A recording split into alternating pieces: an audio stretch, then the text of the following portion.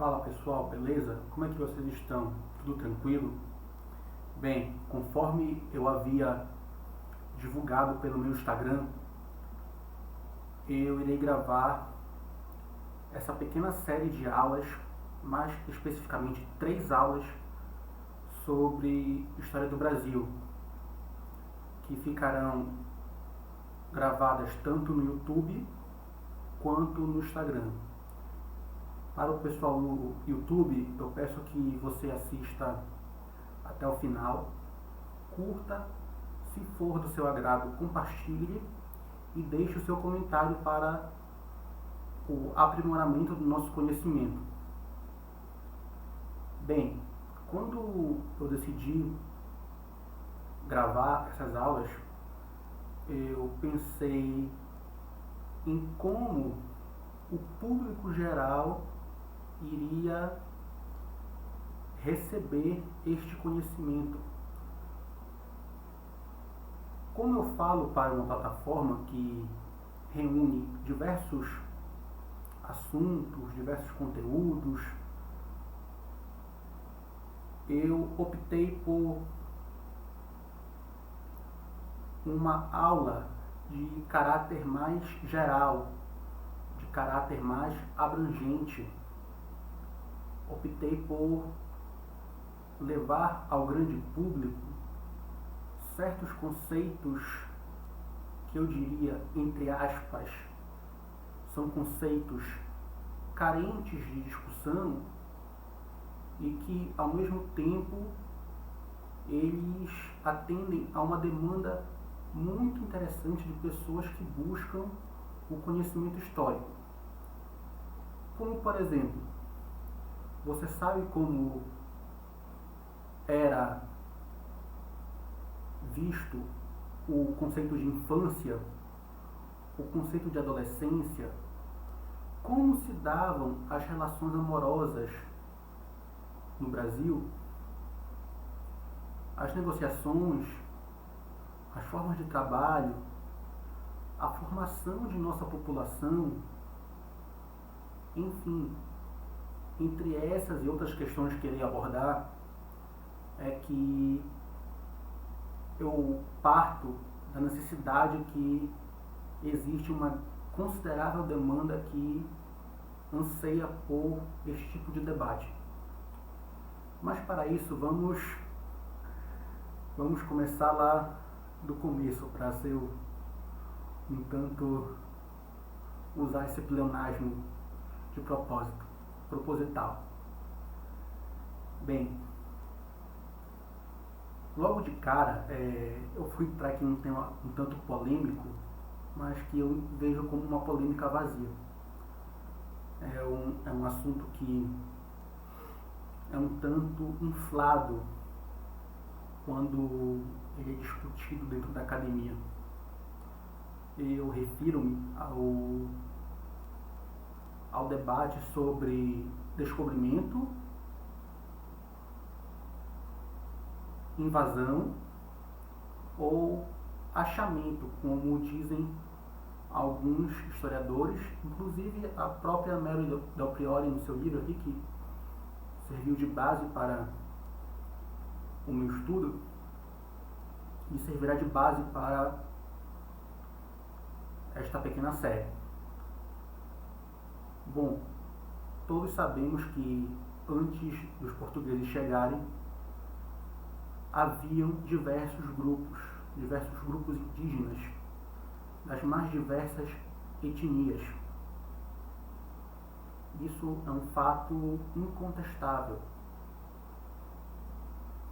Mas da onde surge esse debate tão acalorado?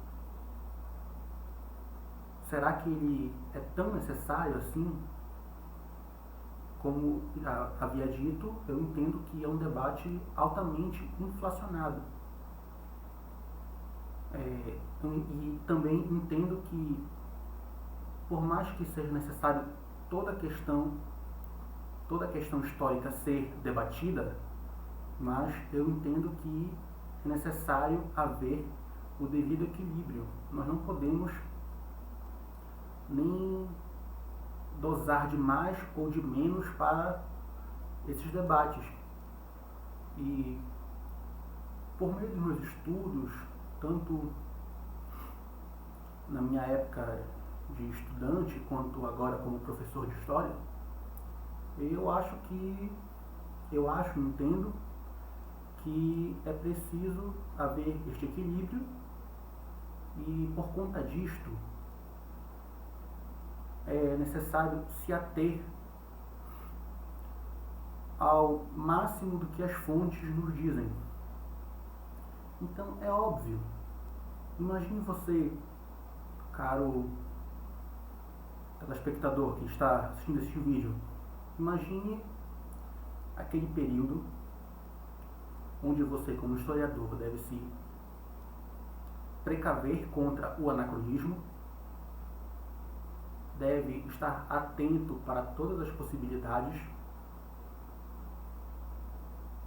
deve saber proceder de maneira adequada com as suas fontes. Você não pode fazer um juízo de valor tão banal quanto o que é feito. Um conceito muito interessante que eu carrego comigo enquanto estudante da disciplina de Heródoto é o conceito de devir histórico. Mas o que é o devir histórico? São contínuas transformações que ocorrem no espaço-tempo. Se não fossem os portugueses, outros povos poderiam chegar aqui e realizar a colonização. Mas quis o destino que fossem os portugueses e fosse deste modo. Foi assim que aconteceu. Houve equívocos, com certeza. Mas, como eu já disse anteriormente, eu não posso jogar toda a responsabilidade para um lado e poupar o outro. Eu tenho que encontrar a justa medida, como diria Aristóteles. É necessário dosar a situação. Com a chegada dos portugueses, a gente ouve, né, aquela velha história famosa que diversas gerações ouviram, que eles chegaram aqui, trouxeram espelhinhos, ferramentas, os índios encantados com aquilo, mas é muito mais profundo. Desse choque de civilizações, houveram diversos frutos, houveram casamentos, houve a nossa conhecida miscigenação, que nada mais é do que o branco, o negro, o indígena, que é a base constituinte do nosso povo. E deste modo é possível notar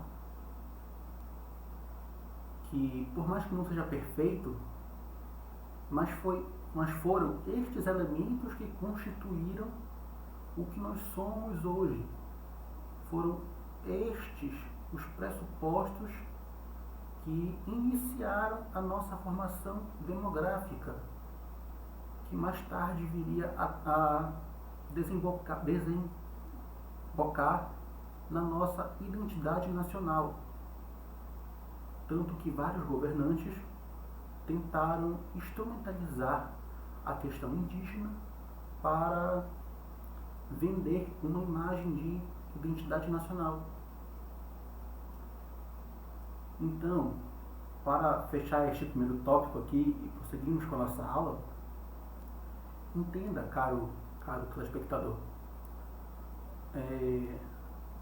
a história está longe de querer demonstrar qualquer aspecto de perfectibilidade.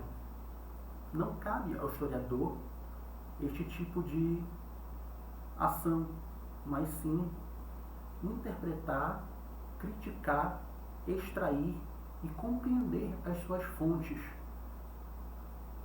E para isso é necessário a devida honestidade intelectual. Pelo menos eu penso assim. Então, deste contato, temos o cerne da nossa população, do nosso país, que mais tarde viria a se tornar Brasil. Mas, indo um pouco mais adiante, com, digamos assim, o estabelecimento desses colonos, mais tarde com a chegada das ordens religiosas, dentre elas a principal, que é a ordem jesuíta, foram estabelecidos laços entre europeus e indígenas. Não apenas laços, como houveram guerras, conflitos entre os próprios indígenas, mas para ficar só na questão portuguesa / europeia, sem dúvidas houve também excessos.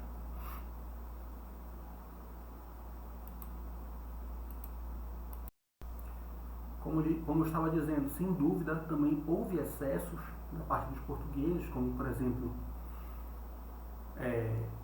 guerras justas, guerras de defesa, aprensamentos.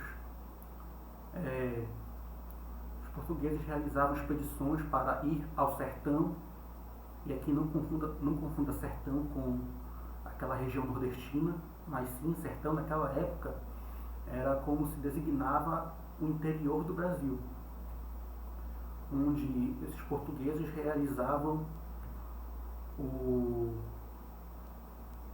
resgate desses indígenas e deslocavam os mesmos para aldeamentos, que eram uma espécie de uma fortificação onde existiam diversos, eu diria, galpões, onde esses indígenas ficavam localizados para desenvolver certos trabalhos. Então é muito interessante, do ponto de vista historiográfico, perceber como se davam essas relações. Muitos portugueses acabaram se envolvendo afetivamente com mulheres indígenas e acabavam aderindo ao estilo de vida próprio dos indígenas, como diversos cronistas nos contam, nos relatam. Essa, sem dúvida, é uma das principais fontes para trabalhar o Brasil Colônia, dentre eles o Gabriel Soares, tem também o Hans Staden. São cronistas que foram essenciais para que certas informações chegassem até os historiadores do futuro. Foram relatos. O Hans Staden era um alemão, por exemplo, que acabou sendo aprisionado, né? E relatou diversas formas da cultura própria dos indígenas, como eles realizavam a antropofagia, como eles realizavam seus rituais, suas crenças, enfim, ele demonstrou ali algumas características desse cotidiano.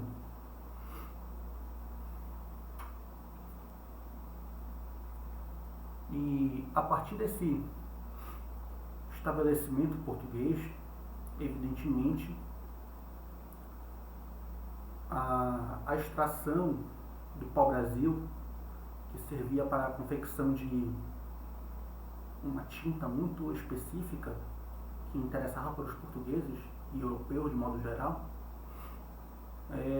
meio que estagnou-se. Era necessário realizar uma certa transformação econômica para os novos tempos que estavam por vir. Então você tem, a princípio, capitanias hereditárias que realizavam este trabalho de colonização. Você tem o estabelecimento de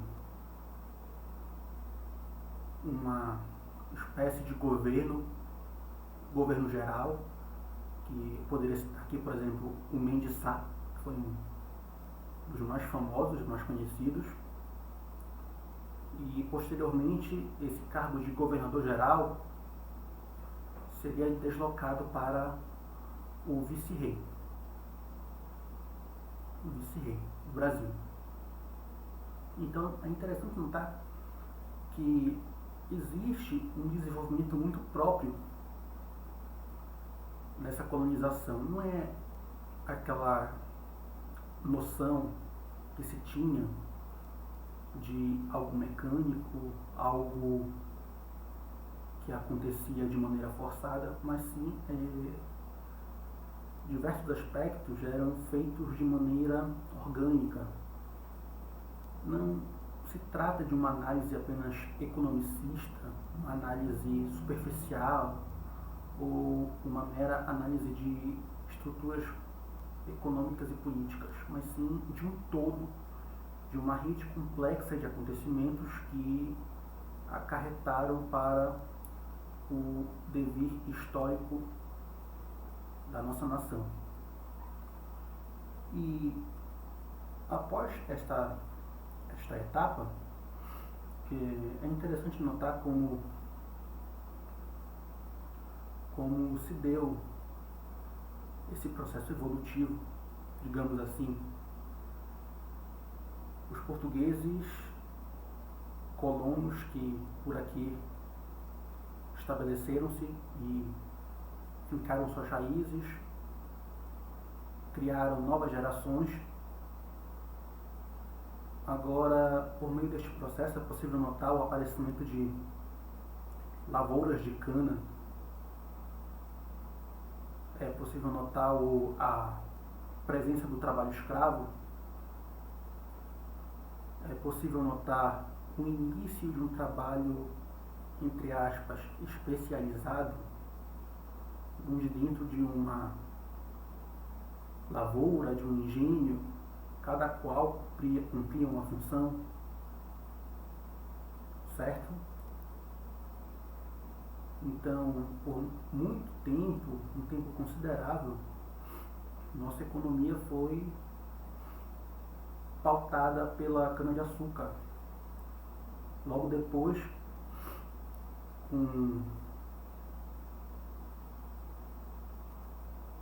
a partir do desbravamento do sertão, os colonos conseguiam adentrar mais o país, em especial a região que abriga o estado de Minas Gerais atualmente. É uma região extremamente rica, com muitos minérios, como o próprio nome sugere, né? Minas. E ali foi um polo importantíssimo para a construção de riquezas. Então, sem dúvida, né, você pode perceber que ali também constituiu-se um lugar conhecido como Vila Rica, para você ter uma noção do quão importante foi esse trabalho com minérios. Tão importante que era imprescindível que os escravos que fossem designados para este trabalho fossem especializados. Eram trazidos do continente africano escravos que sabiam lidar com esse tipo de trabalho, sabiam realizar este tipo de extração, sabiam a melhor maneira de proceder deste processo, e por conta disto eram solicitados para este trabalho, correto? Bem, mas não apenas de cana-de-açúcar ou minérios vivia o nosso Brasil. Existiam também, nas partes urbanas, existiam comerciantes, existiam pelo caminho os tropeiros, que eram pessoas responsáveis por esse comércio ambulante. É engraçado notar que esses tropeiros eram muito interessados nas mulas, pois esse tipo de animal conseguia suportar uma grande quantidade de pesos no seu lombo. Então era muito útil para esse tipo de trabalhador que andava pelas regiões fazendo o seu comércio. Então é muito bacana perceber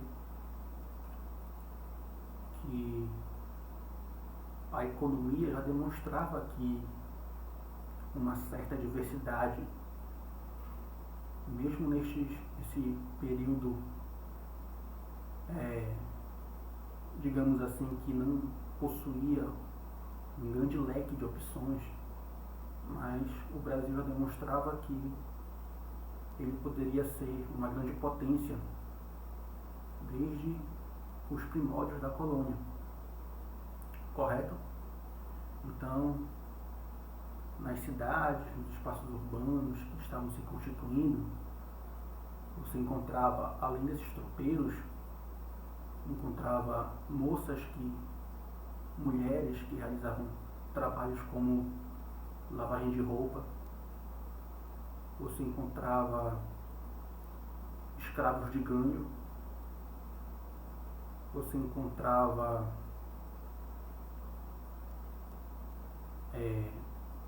comerciantes como padeiros, ferreiros, marceneiros, carpinteiros.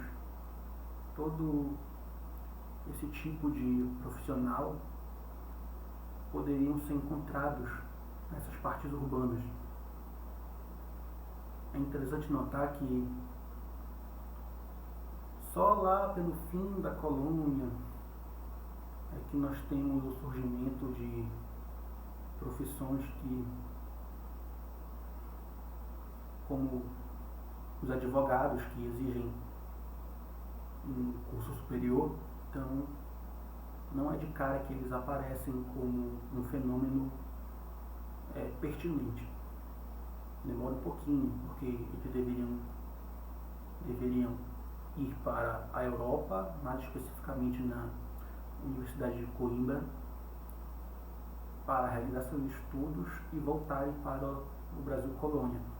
Muitos desses estudantes eram filhos de senhores de engenho que possuíam um grande capital para realizar tal empreendimento, correto?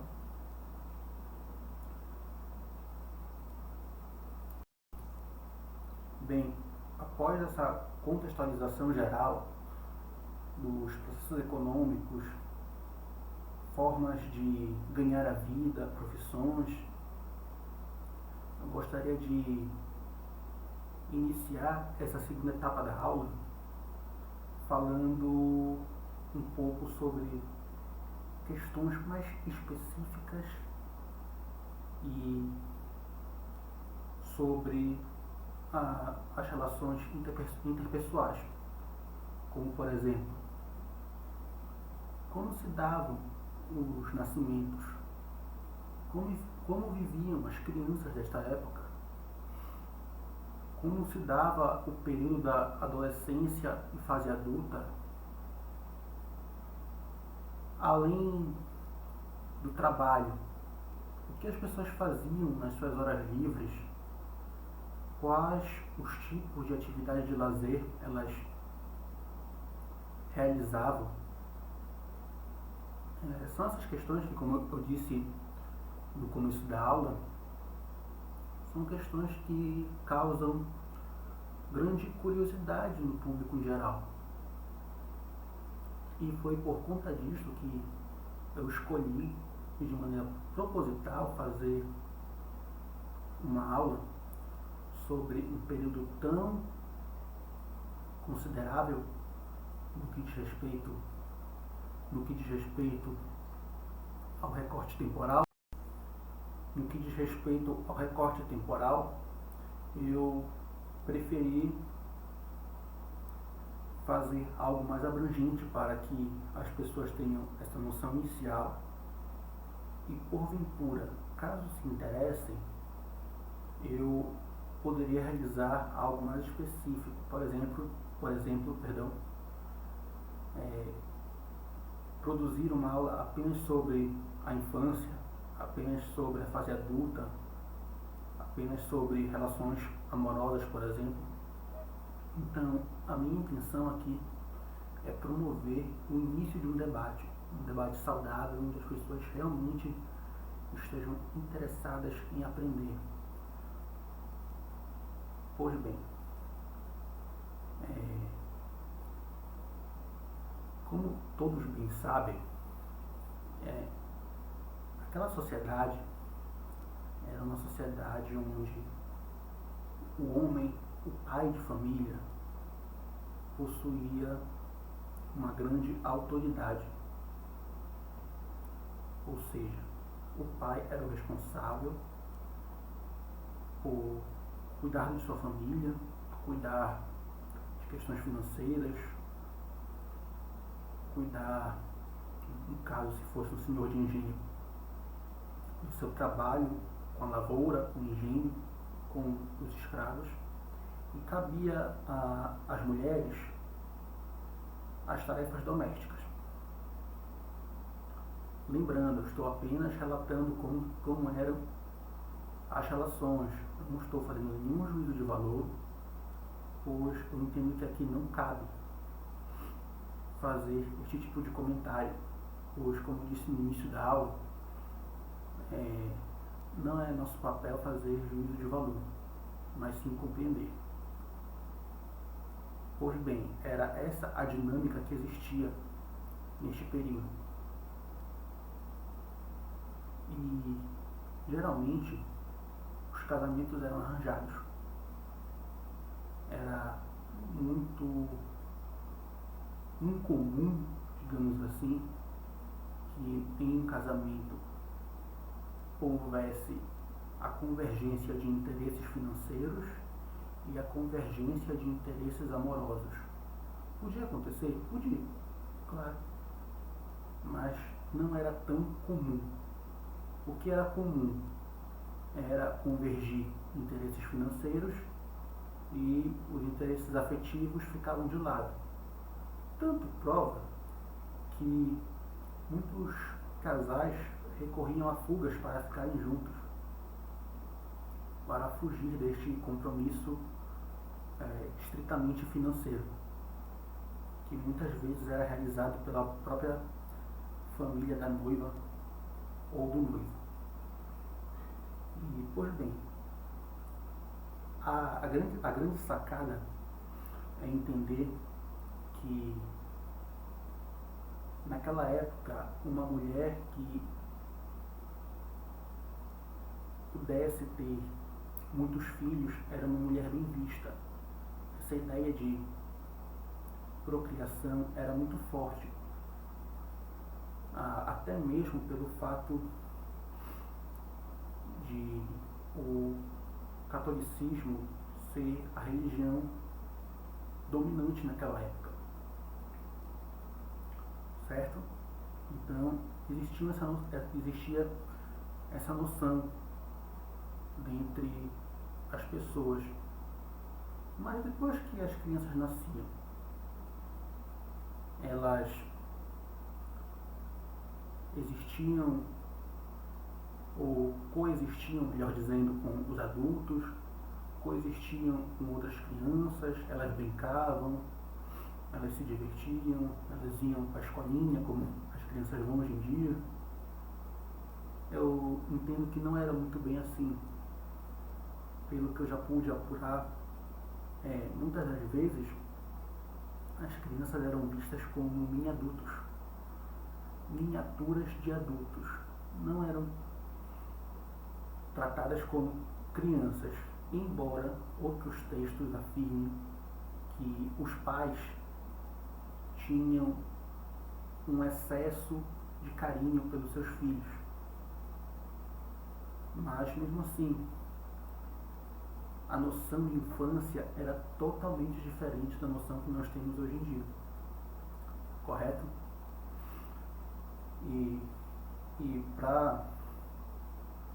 À medida que o tempo ia passando e as crianças iam crescendo, era natural chegar na fase da adolescência e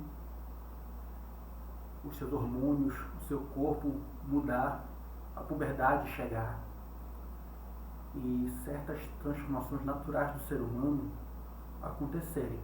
Entretanto, essas transformações não eram tão bem aceitas por causa dessa moral religiosa que existia dentro do ethos dessa sociedade. Era uma moral que era bastante incisiva. Então, certas práticas que hoje nós vemos por aí eram totalmente inaceitáveis naquela época. Correto? Então, você tem um modelo de infância, um modelo de adolescência muito próprio, e nessa transição de adolescência para a fase adulta é que se davam essas negociações, onde surgiam os primeiros amores, onde surgiam as primeiras relações, de um modo geral, relações de amizade, por exemplo. Mas enfim, para ficar só nessa questão. Além disso, era muito comum nessa época a questão da morte. Era uma questão muito evidenciada, era uma questão vista com uma importância considerável. As pessoas, como diz o texto base, elas não tinham medo de morrer, elas tinham medo de não saber como morrer. Se você lê, por exemplo, aquela coleção sobre história privada, no texto que diz respeito a este recorte temporal, é possível notar que a morte era um acontecimento que parava uma cidade, a depender da importância do morto. Se fosse uma pessoa conhecida, uma pessoa querida, o seu velório, o seu enterro era algo que era feito com muita pompa, muita circunstância. Contratavam-se mulheres para chorar pelo defunto. As famosas choronas eram mulheres que elas realizavam uma espécie de espetacularização do velório.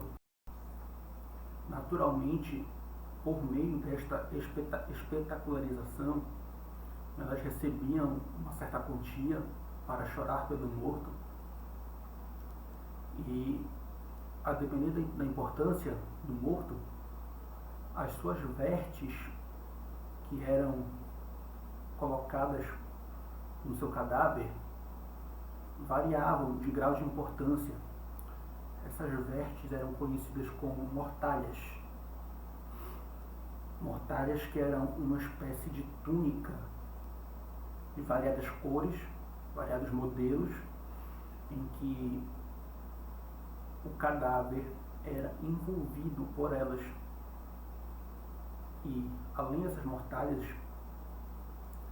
algumas pessoas, ou alguns casos são relatados, onde eram usados certos óleos para embalsamar o morto. E logo após as mortalhas eram vestidas, completando assim o processo de velório, o processo do velório como um todo, para depois partir para o enterro. Em especial quando uma criança falecia, dizia-se que o Senhor chamou para si um anjinho, eram conhecidos como os anjinhos. Então, eles possuíam toda uma série de enfeites, roupinhas próprias de anjo, recebiam um cuidado ainda maior por se tratarem de crianças que não resistiram e sucumbiram à morte. Mas também, além dessas questões, é interessante notar que, por mais que aquela sociedade fosse evoluindo, fosse sendo desenvolvida aos poucos, seja do ponto de vista social, seja do ponto de vista econômico, eles não estavam imunes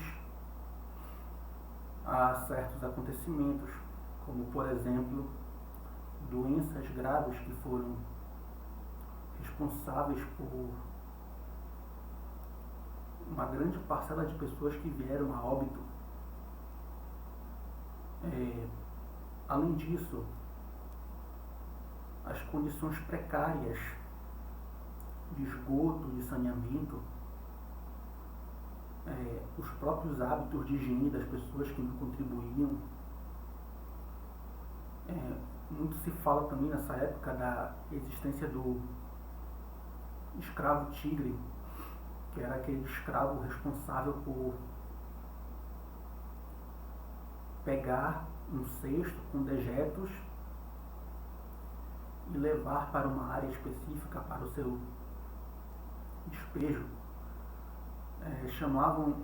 Ele tinha esse nome porque, ao se expor ao sol, ficavam marcas na sua pele como garras de tigre. Então, por isso o nome escravo tigre, correto? E para finalizar, eu entendo que esse entendimento sobre as bases da nossa civilização brasileira é importantíssimo para o entendimento da nossa própria história, importantíssimo para entendermos quem somos, o que queremos, para onde vamos. Por exemplo, só para citar por alto, Tiradentes era o responsável por solicitar uma conjuração contra o aumento de impostos. Imagine se Tiradentes vivesse nos dias de hoje, como ele reagiria se naquela época o imposto não chegava nem perto do que é hoje. Então, nós temos uma região altamente rica, que tem tudo, tem um povo forte, um povo trabalhador, um povo honesto, em sua maioria, mas que eu entendo que é extremamente necessário que haja um empreendimento intelectual para que a população saiba o seu valor e saiba desenvolver todo o seu potencial, pois, sem dúvida, nós temos tudo para ser uma grande nação. Bem, nesta primeira aula, nós podemos estudar, ter uma noção básica sobre o descobrimento do Brasil, sobre o cotidiano de indígenas europeus, o início do processo escravagista de negros trazidos à força da África por traficantes, podemos constatar certas dinâmicas e realidades do Brasil colonial, como, por exemplo, a infância, a adolescência, relacionamentos, a formação demográfica do nosso povo, acontecimentos inesperados como epidemias, processos econômicos, como a cana-de-açúcar, os minérios e, evidentemente, este período teve seu fim com esse fim marcado pela chegada da família portuguesa aqui no Brasil em 1808 e oficialmente teve o seu fim quando o Brasil passou de condição de colônia para a condição de Reino Unido do Brasil e Algarves, correto? Em 1815.